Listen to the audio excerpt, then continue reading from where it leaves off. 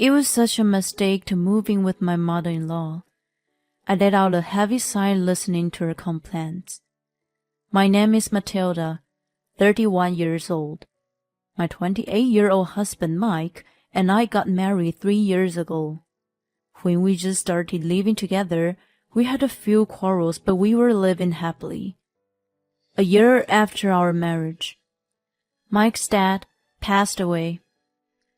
Mike was worried about his grieving mother, Amanda, so we moved in with her. I never imagined she was so nasty and snide. I didn't mind if it was a little complaint, but what she did was more like degrading me. It was all a baseless personal attack. Don't just stay in the room and play on your computer, but do some housework, you bum. I heard her sarcastic tone of voice coming from the hallway. She came to complain right after she finished her breakfast. I made breakfast, didn't I? I wanted to retort, but restrained myself, only for the time being. I was planning to clean the house after you finished eating. Besides, I wasn't playing on the computer. I was actually working. You always make excuses. You think I'm stupid and don't know anything about computers? I'm not making up excuses. Our generation works on computers all day long. I was a certified accountant and worked from home. I used to work at my friend's office for a while after I graduated, but I switched to freelance. Most of my job could be done on the computer, so I worked from home to balance with housework. I explained that to her before, but she shrugged it off, saying just a part-time job. I wasn't good enough to hold a real job in her head. I wasn't sure if she made irrelevant sarcasm, because she couldn't keep up with the modern world, or if she just picked on me out of hatred. I assumed both. Anyway, I was kind of a person who wanted to work for the rest of my life, so we just couldn't get along. I had always put my effort into housework even while working, to confront her prejudice. I woke up early to prepare breakfast for 3. I cared about our health, so I cooked a light menu of mostly vegetables for dinner. I didn't slack on cleaning either. All these efforts had the opposite effect on Amanda in the end. She stopped doing any of the housework and just criticized everything I did. She led a carefree life of watching TV all day long or going out for bingo and coffee with her friends sometimes. A woman like her was calling me, who was highly regarded in my field, a bum. I wanted to throw it back to her. One day, when I was spending my days in annoyance, I opened my credit card bill and my eyes popped out of my head. What is all this? $1,500 for the suit? $2,000 for a bag? I didn't remember buying such expensive things. When I checked the detail, they were paid with Mike's card. I asked him immediately, "Hey, did you buy the suit and a bag?" "Oops, you saw. Yes, I did. I need it for work." "Even so, you're just a regular salesman, right? It doesn't have to be this expensive." His suits used to cost about $300, and his bag too was more or less the same. "Well, the expensive ones are much better quality. They make me feel more confident, and most importantly, they look better." "See? Don't you think I look better these days?" "I'm not sure." He didn't look better to me at all. A young guy in his 20s wearing a suit that didn't fit his stature. The suits looked better than him, and contrary to what he thought, he looked undignified. "You have no sense of fashion," Amanda forcefully interrupted our conversation. "You look amazing, Mike. So handsome." Thanks, Mom. "You are living off of this salary and complain about how he spends? You have thick skin. Who do you think you are?" I was angry at her for intruding on our conversation, and said whatever she wanted to say. Who did she think she was?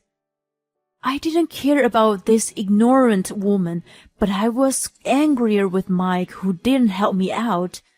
I had tons of things to say to him, but no matter what I said, Amanda was going to rant on his behalf. Instead of trying to carry on, I firmly warned him. "Anyway, stop buying expensive things or let me know first." I ended at that. But my warning didn't work at all.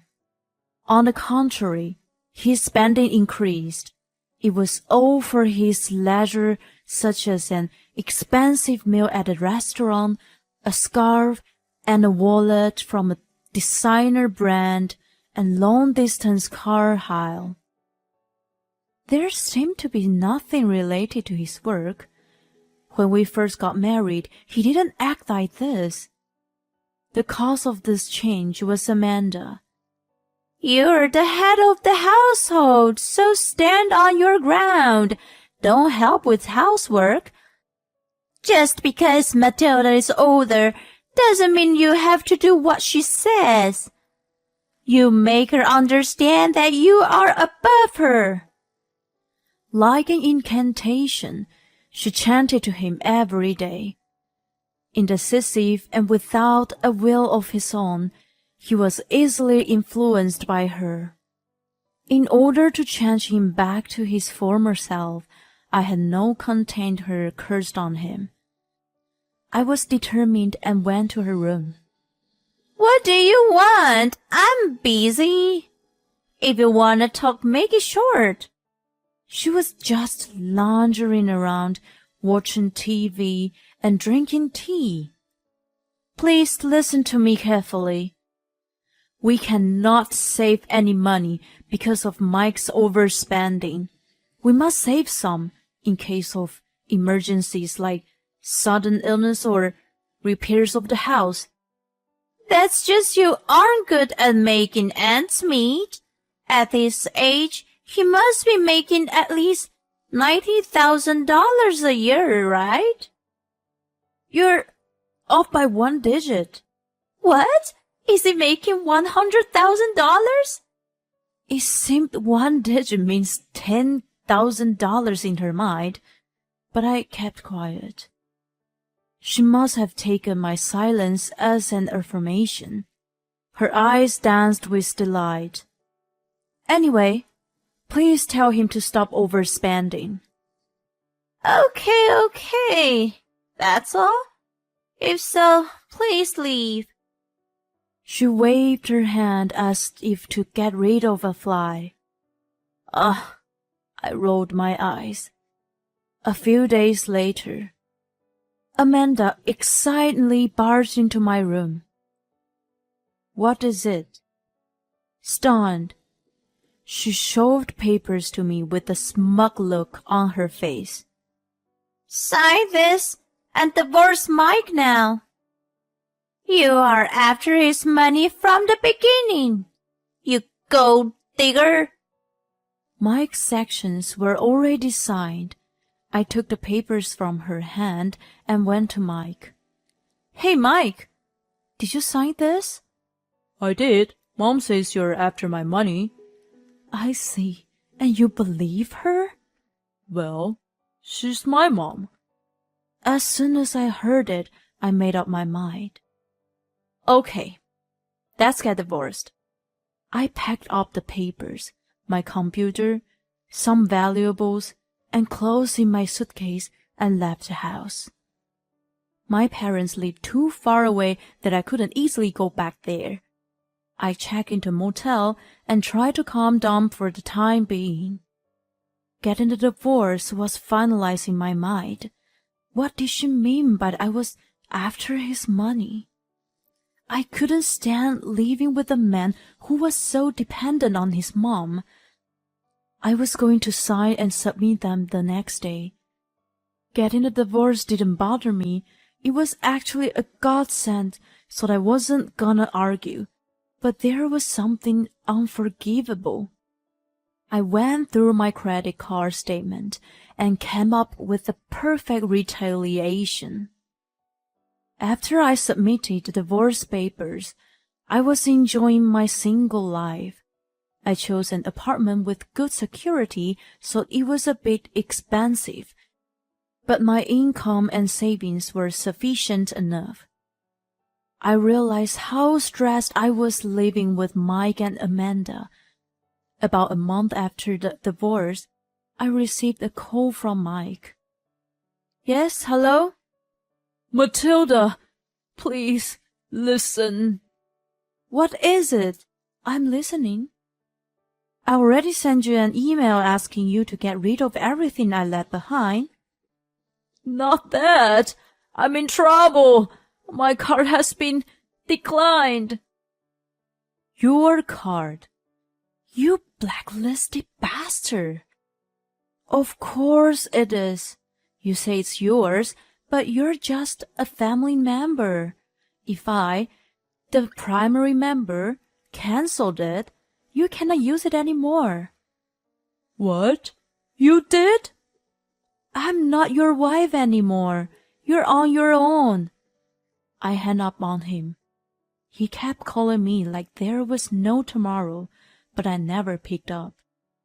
Mike actually was way behind in payments on his credit cards before we got married. I took over and paid them all off for him. Looking back on it, I should have cleaned up my relationship with him then. Well, no point in regretting. He most likely wasn't able to make a new car because of his bad credit history. Anyway, it was none of my business at all. A few days after Mike called, I saw someone hovering around in front of my apartment building. It was Amanda. She happened to see me on the street and followed me. I was impressed with her blunt action. I need to talk to you. She clamored and clung to me at once, so I reluctantly took her to a cafe nearby. What do you want now? Well, about this? Amanda was holding my bank statement. It was from a few months ago, so I didn't need it. Is this your salary? Yes, this is what I earn working from home. You used to say it was just part-time. I am a professional. She kept quiet. Her hand holding the statement was trembling. I can't believe it wasn't my son earning 6 figures. That's no way that idiot could make that much. You're too naive. I said once and for all. Her peanut brain really believed it was her son. Mike was making 1/10 of my income. He worked as a salesman with a low base salary with a big commission. The more he saw, the bigger the paycheck. But that carefree guy was happy as long as he got his base. He was totally relying on my salary. Oh no, he must not have even had the tactic of relying on me. Amanda finally grasped the reality. Sweetie, it's not too late to get back with... Too late, I firmly replied. How amusing. Even thought her suggestion was interrupted. She, undaunted, spoke with a sweet tone of voice. You were once in love and got married. It should be the shame to just purr like this. Not at all. It's more shameful to have you guys spend my hard-earned money. Oh my God, you're terrible! Don't depend on me and go work yourself. Then you won't be a bum either. Is that your only concern? You're so awful to disregard an old woman. I took no notice of her ranting and jauntily left the cafe. I felt relief from the stress of living with her. After seeing Amanda's distorted look of dismay, I planned to deliver the final blow to Mike. One Friday night, I ambushed him in front of a building downtown. It was the kind of red light district where his strip club was located. Mike showed up after 9 p.m. with a girl dressed like a skimpy dress. What are you doing here? You are an idiot. You've been using my credit card at this place? I had seen the name of the club on several statements, and it was always on Friday. Once I'd had a name, it was easy to find the location. Honey, who is this? The girl in his arm looked in her early 20s. The hem of her skirt was up to her crotch, and her top revealed her cleavage. Hi, I'm his ex-wife. In other words, just a stranger. Shut up! I came to tell you something. Please pay back the debt. I took over before we got married, and the money you spent during the marriage. My lawyer will send you a detailed invoice in a few days. Please take care of it. Also, it seems you got a lot of gifts from him, but I paid for all that.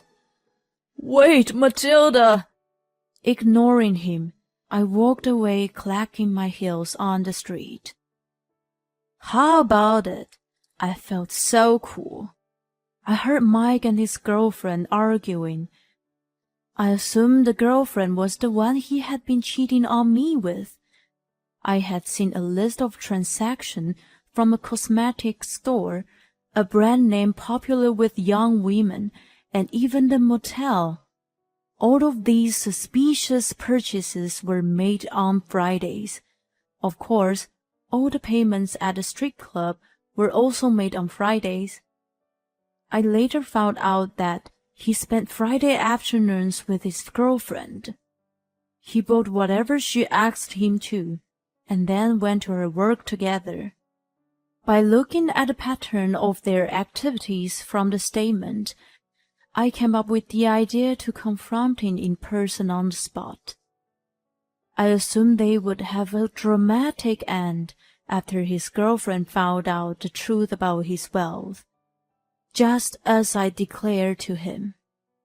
I sent him an invoice through my lawyer. As soon as he received it, he and Amanda visited my lawyer. Please help us. You're a lawyer. You're supposed to help people in need, right? They cried out. When my lawyer asked him about the situation, they told him that they received a pile of final notice from the credit card, electricity, gas, water, and even taxes.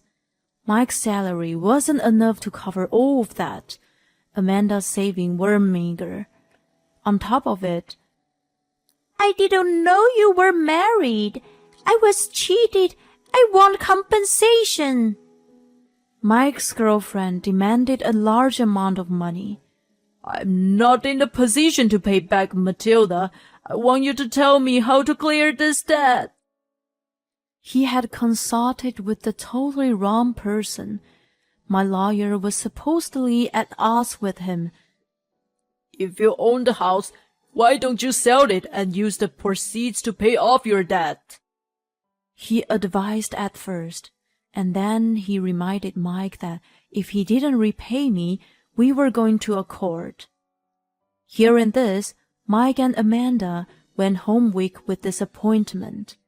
Later on, my lawyer was asked to wait for the payment while they saw the house. I didn't have a choice. It took some time, but the money was returned. He did a terrible thing to me, and I could have demanded alimony as well. I was nice enough to ask only for the credit card, so he should have been thankful. I also had them on a restraining order, so that I never have to see them. I felt amazing. I laughed out loud in the comfort of my apartment. Well, Mike and Amanda ended up renting a tiny shabby house after they sold the house and paid off the debts. I had passed it by before. The ivy covered the whole house and the paint was peeling off the wall. It looked like it was built 50 years ago.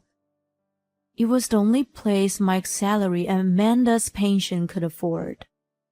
I thought he had learned this lesson from this and started working hard, but he went the opposite. He was finally fired from his work. He never looked for another job and started drinking all day at home. He fell down the stairs one day and was rushed to the hospital by ambulance, while Amanda was busy taking care of him and trying to come up with the money to pay the bill. She strained her back and became immobile. Perhaps because she stopped moving around, she started showing the symptoms of dementia and couldn't be left alone. She was on the waiting list for moving into an inexpensive care facility. I got a call from a relative of Mike, who gave me the devastating update one day. She also asked for those two, if I had any interest in getting back with Mike. My answer was no, of course. She seemed to expect it. And I never heard from her again. I moved again 2 years after the incident. This time, I'm not alone. I live with my new life partner. After my divorce, I changed the way I worked. I moved back in with my parents and worked in an office nearby. Not only Amanda, but my parents are getting old too. I want to be close to them in case they need me. I met my new husband at work. He's a year younger than me and very reliable. Totally the opposite of Mike. He loves and cares for me more than anything. I didn't feel secure enough to have a child with the income and the personality of Mike, but my current husband and I should be able to raise a child together. With a positive pregnancy test in my hand, I could imagine my husband's happy face, which makes me grin. I will have a happy family and joyful life. I renewed my determination.